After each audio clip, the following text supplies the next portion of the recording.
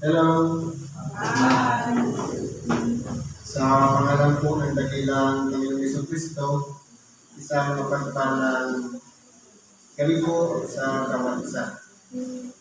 Nandito po tayo sa pagtatalakay ng sitas sa pasasalamat ngayong gabi na ginagampanan natin dito sa Templo ng Buwan. Ang bibigyan po natin ng buhay sa Hebreo. Sa Kapitulo 10, versikulo 1 hanggang sa 18.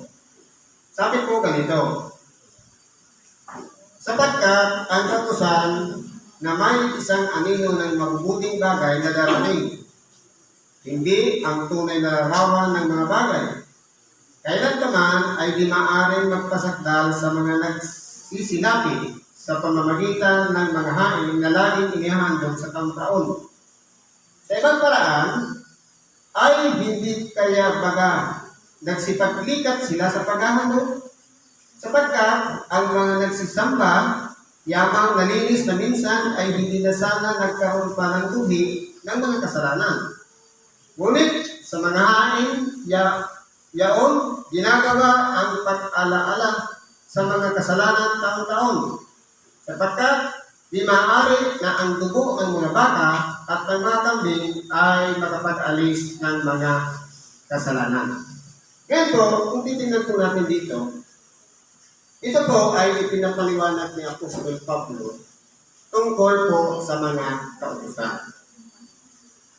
Kasi po, ang ipinamumuhay ng tao noon ay ibinabatay sa mga kautusan.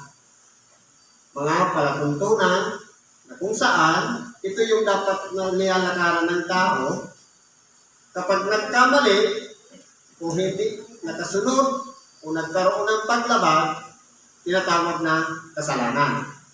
At kapag nagkakasala, meron siyang ritual na ginagawa, yung paghahain ng mga baka, mga kambing, na kung pang-reconcile ng mga kasalanan. Ito naman po yung tinatawag na mga kahatulan. Halimbawa, ito yung nagawa mo, nakabulag ka, ang pag-reconcile nyo, bubulagin ka rin. Sabi nga, mata sa mata at ngipin sa ngipin. Kung nakabungit ka, halimbawa, aksidente, di mo sinadya, tinamaan yung nguso niya, tapos natanggalan ng isang ngipin, para ma-reconcile yung pagkakasala mo doon sa iyong kapwa, tatanggalan ka rin ng ngipin.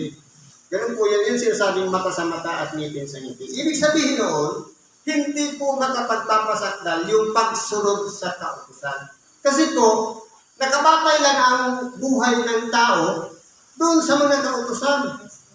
Kinakailangan ka lang sumunod kung ano yung batas na pinapairan kapag mayroong paglabag para maging malinis ka muli sa harapan ng Diyos, mag-aalay ka. Ipili ka ng tinatarang mga baka, o kambing, o tupa, katumbas ng pagkakasala na yung ginawa. Ganun po yung pamantayan ng pamumuhay ng tao noon. Pero sabi dito, hindi siya makapagpapasakdal. Bakit po? Kasi po, nasa ritual lang. Kumbaga, kung ano yung pagkakasala, ano yung paglabag, babalik ka lang ulit sa zero pag na-reconcile mo na sa pamamagitan ng iaalay mo patungkol sa mga kasalanan na ginagawa naman ng mga saserdote taon-taon. Kumbaga, nagiging ritual na lang. Pero sabi dito, kaya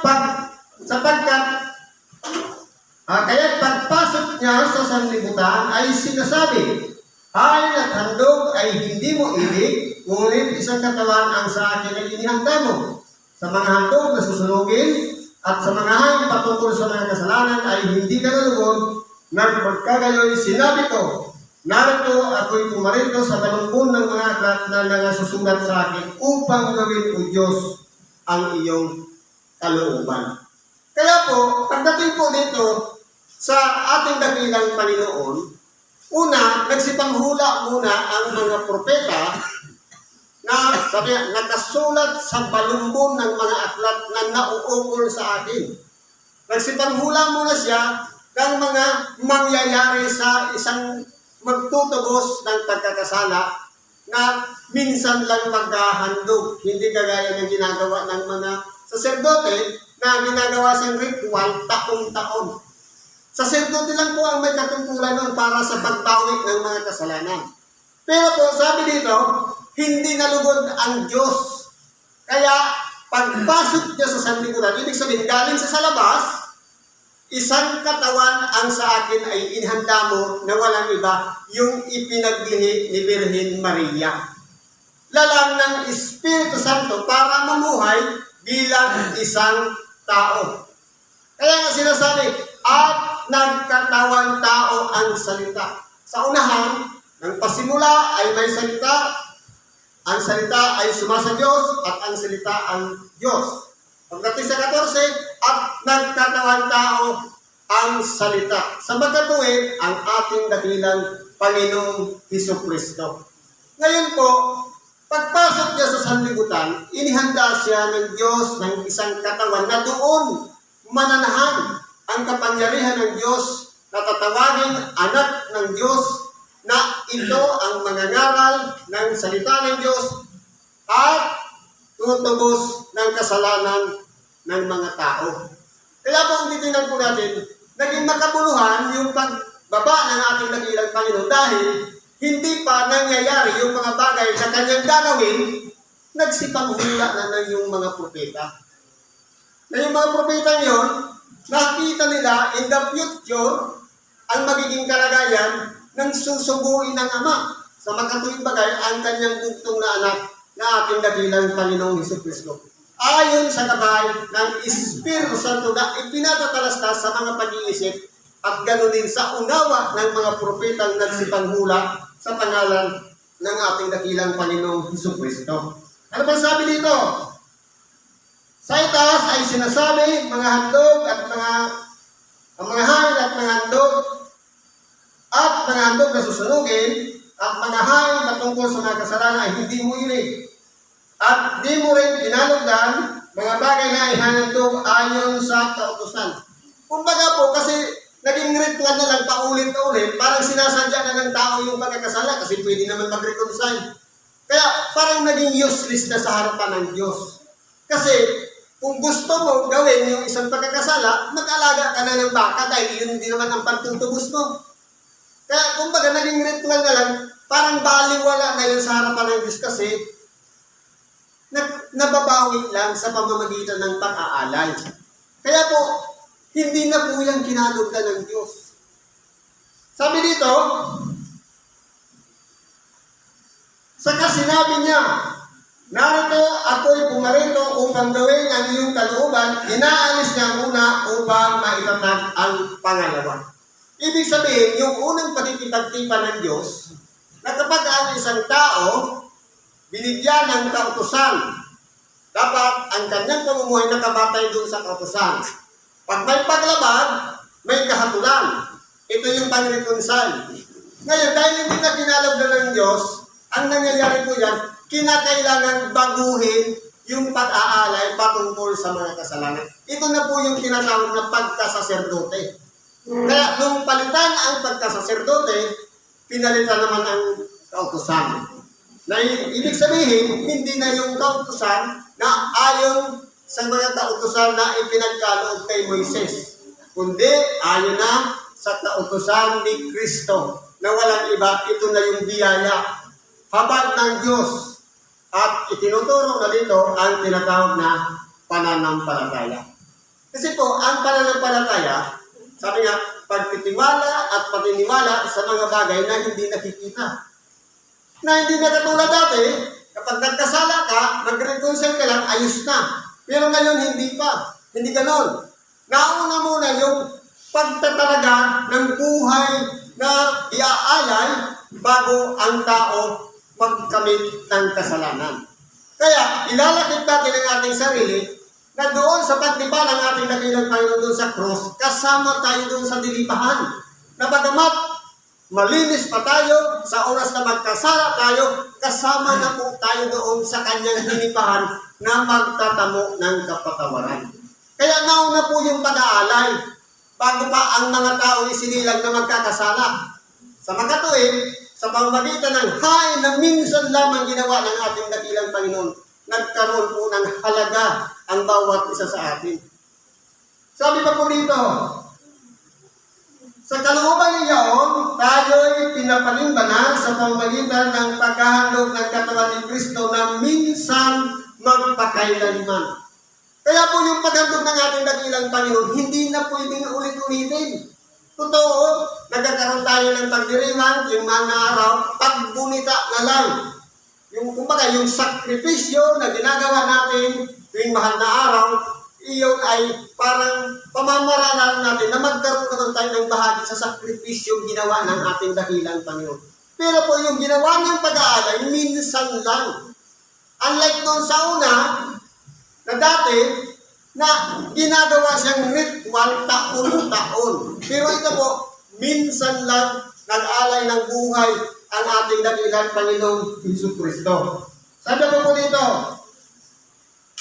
ulit siya na makapaghandog ng isa lamang hain patungkol sa mga kasalanan ay umupo sa kanan ng Diyos. Kaya po, kung titingnan po natin, matapos na siya ay mag-alay ng kanyang buhay na ipago doon sa krus ng Kalbaryo, lumipas ang 3 araw na buhay na mag-uli siya sa mga patay, at pagkatapos lumipas muli ang 40 araw sa kasya umakyat doon sa langit na upo sa kanan ng Diyos. Kaya kumbaga, yung ginawang pag-aalay ng ating dakilang Panginoon, napakahalaga yung buhay niya.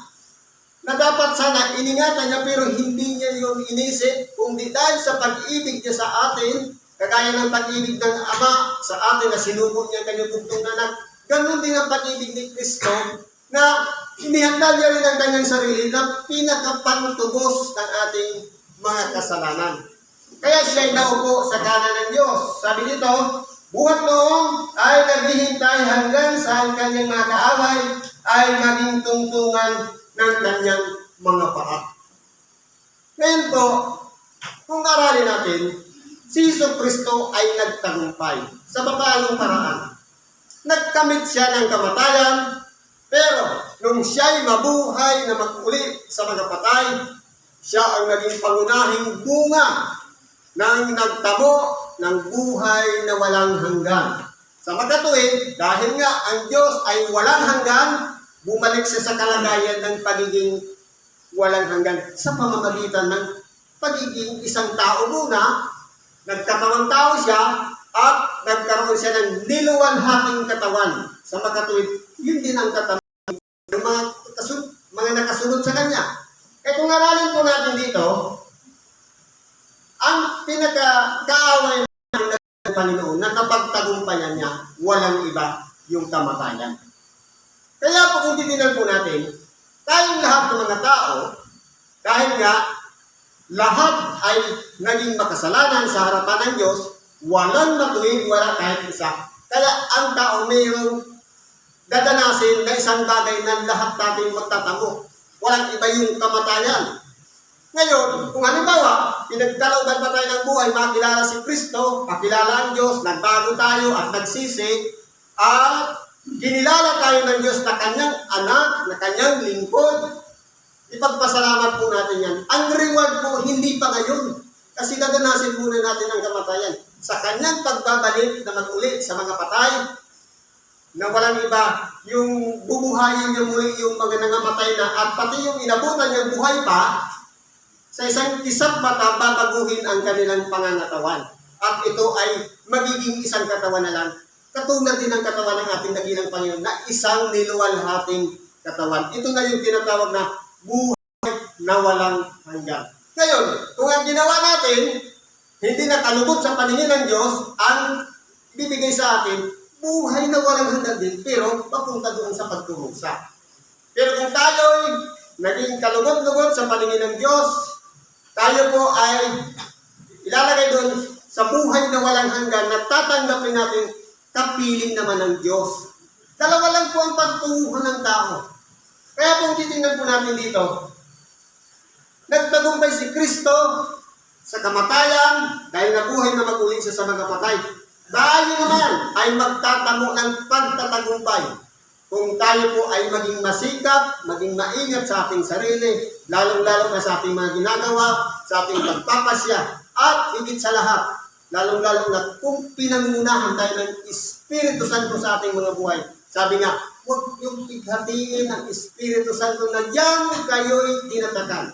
Nananahan ang Espiritu Santo sa ating puso, sa ating pamumuhay. Kaya po, dapat maghari ang kalooban ng Diyos sa piling ng Espiritu Santong nananahan sa buhay natin. Hindi po yung sarili nating kalooban.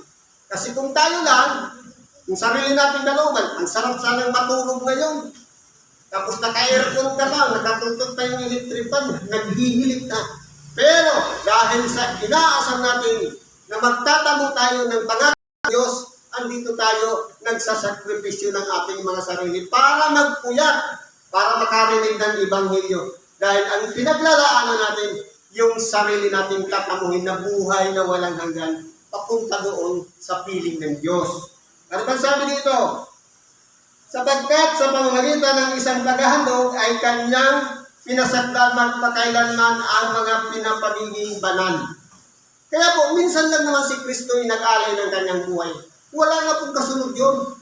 Kaya po, ang pagkilala natin sa pag-aalay na natin dakilang Panginoon ng kanyang buhay, minsan lang itinigay sa atin ang uper na walang iba. Ang ibilang tayo, ituring tayong mga anak niya. Pagkatapos na tayo'y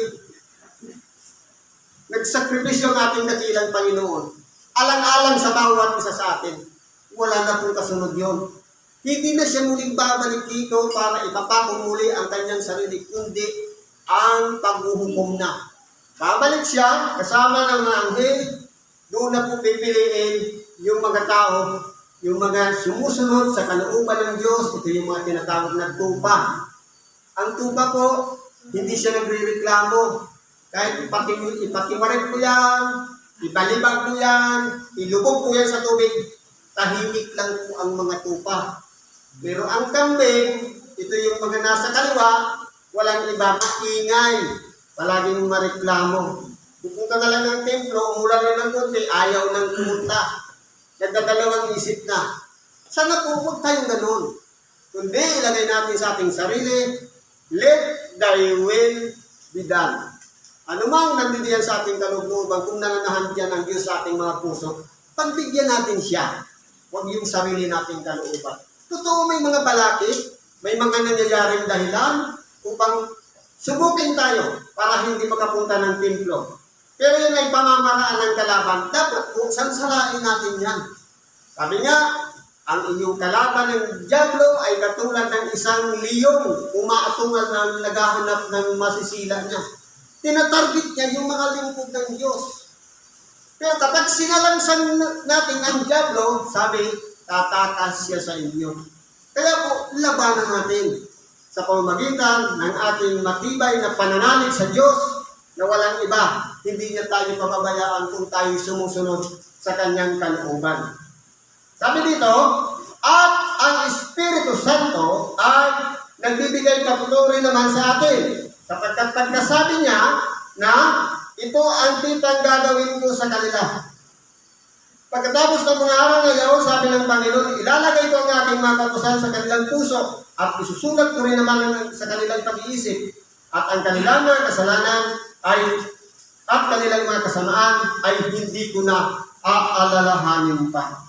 Ngayon po, pagdating ni Kristo, nabuhay siya, umakyat siya sa langit, ito na ang tipan na ibinibigay ng Diyos sa bawat isa sa atin. Nasabi, sa araw na yaon, ilalagay ko ang aking mga kautusan sa kanilang mga puso. Dati noon, may kautusan, ito yung gagawin mo. Kapag may paglabag, may penalty. Ngayon, hindi na sa nakikita ang kautusan. Ilalagay na dito at ilalagay na dito. Ngayon, kung umiiral sa atin ang pag-ibig, pagsunod, at higit sa lahat pagpapasakit sa kalooban ng Diyos, magkakumbine po yan dalawa na yan. Kasi po ito, katayugan. Ito naman madamdamin. Pag pinag-partner mo siya, makapag-decide ka ng tama. Makapag-iisip ka ng tama. Hindi ka naman sobrang madamdamin, kundi pakikiramdaman mo kung tama ba yung gagawin mo. Ayon sa ating sariling mga buhi o tinatawag na konsensya.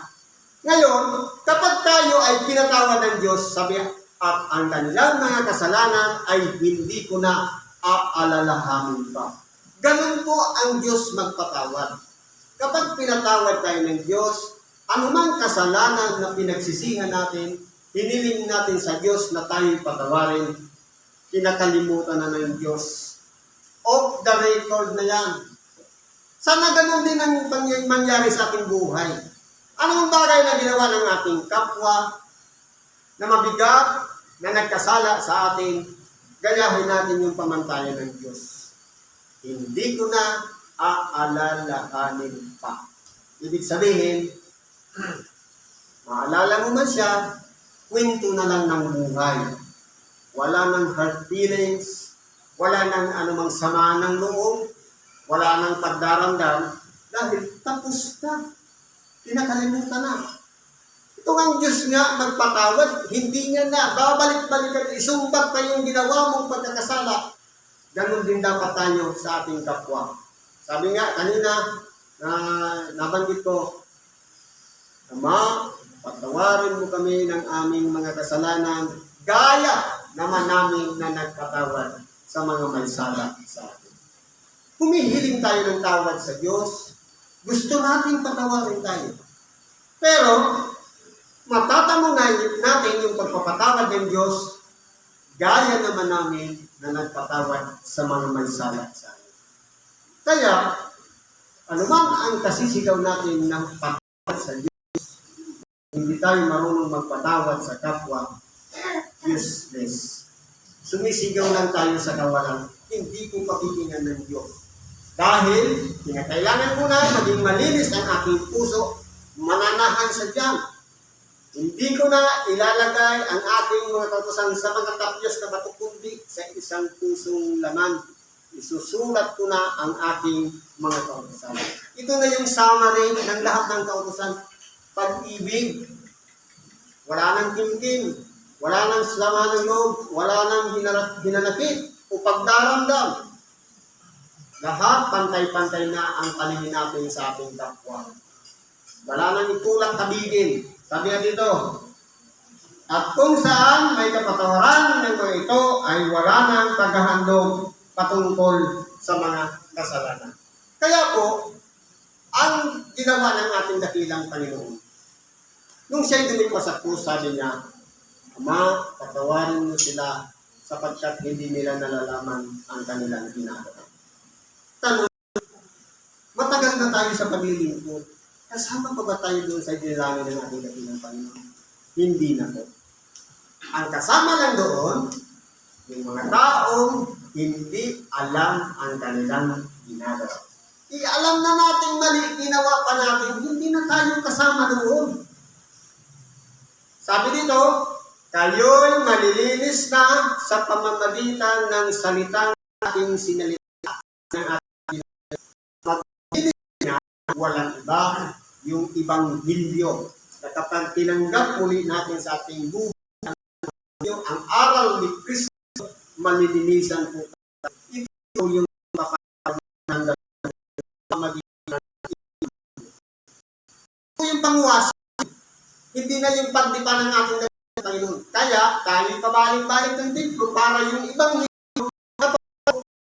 tayo. Palagi natin aalalahanin sa ating sarili na ang Ebanghelyo ang maglilinis ng ating mga kalooban. Babaguhin po tayo niyan sa oras na tinanggap muli natin ang Ebanghelyo sa ating mga tainga, kapasok sa ating puso, aalisin niya yung lahat ng sagadal dyan pati dito. Kaya, marirequest na naman tayo. Katulad din noon, may pag-aalay, kapag nag-aalay ka na, recover ka na. Balik ka na muli sa pagiging matuwid. Ngayon naman, Ebanghelyo na ngayon. Kinakailangan lang natin isakripisyo yung ating mga ginagawa. Punta ka ng templo, makinig ka ng Ebanghelyo. Ito po yung maglilinis ngayon ng ating mga kalooban. Siguro po, nandito na lang pakikibagi natin. Salamat sa Diyos at anuman ang ating mga kahilingan ngayon. Mahal at mapagpalang gabi sa bawat isa.